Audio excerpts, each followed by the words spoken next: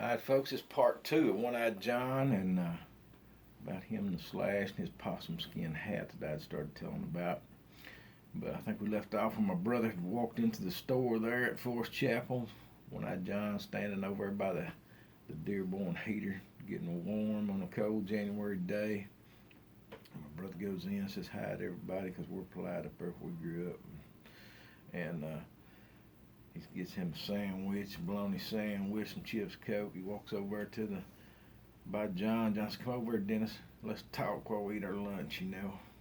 So my brother goes over there, standing there by the stove, eating their sandwiches and drinking their Coke. And John's standing there with his back up to that heater, and that heat's coming up his back. And it's heating up that possum skin hat. Good looking possum skin hat. It's nice furred out possum hide. And like one of them Russians wear, you know, kind of. But John didn't flesh it out good, and it had fat around the edges of it. It hadn't been cleaned up good, you know, and scraped properly.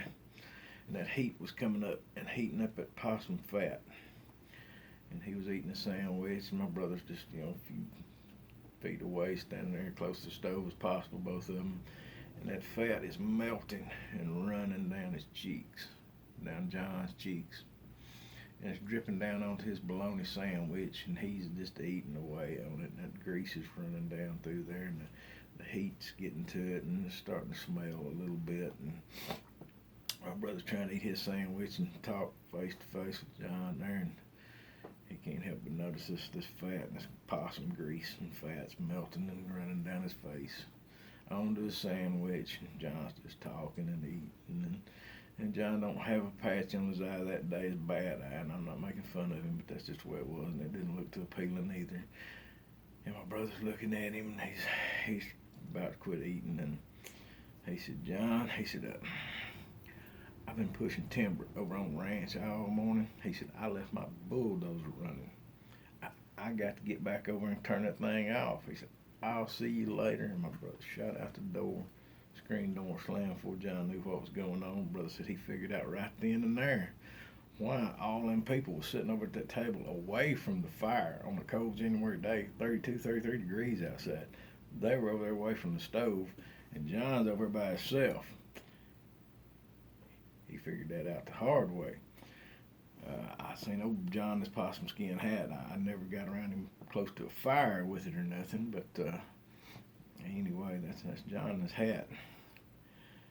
But we got more stuff than just regular old stories. Like I said, this was part two of that one. But you know, a historical fact: the last known Indian attack, was 1927 in the Sierra Madres, Old Mexico. Apaches attacked a family, killed a woman, took a child 3 years old. That was the last known Indian attack. You know, we don't think about that, but we thought the Indian Wars ended in the late 1800s. The father of that child searched for him for 3 years through the mountains, a Mexican man. He gathered up other people to help him.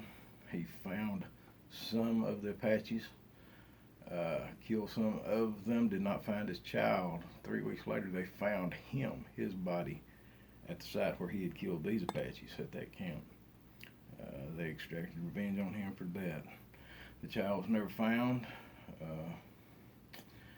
but the Mexican government, nothing in writing, but the local government and the Mexican federal government, it was open season on Apaches in Old Mexico. They could kill them on sight if you wanted to. They would kill the adults, take the children. They'd sell them $50, $100 into captivity. This was in the early part of the 20th century, people. Things happen, things they don't teach in school. But Sierra Madres, they believed these Apaches were some of those who did not leave with Geronimo when he finally surrendered. This was some of them that did not. They went into the Sierra Madres of Old Mexico. You know, our Indian Wars basically lasted 25 years in the United States. The Mexicans had been fighting with the Apaches for over 125 years. Most people who lived in those times and those days.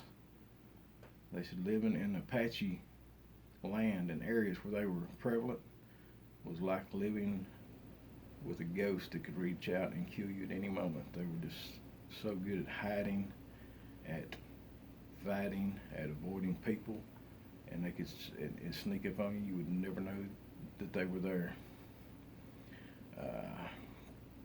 Have the utmost respect for the indigenous people everywhere, but that's just the way it was. It was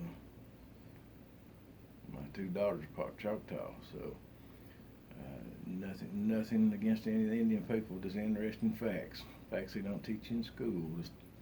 There's a book about this. People's got the actual facts, and some of the tribes that were still unknown, that were left in the Sierra Madres throughout, right across the border from the United States. And to this day, they believe they finally just dissipated and died without even being known they were there. They found a few of them here and there, and they would occasionally raid some ranches and stuff like that. Little known fact, the last Indian raid, 1927, Sierra Madres, Old Mexico. Remember, folks, Jesus under 45. We'll talk about some other stuff next time. We might talk about some Bigfoot or some motorcycles. Got a story about a shootout over on Choctaw Ridge outside Chicago, Texas. Funny and interesting. Nobody got killed, nobody got hurt, but there's a lot of lead slung. All right. Jesus under 45, only two things you need to survive in this life. Be safe. See you later.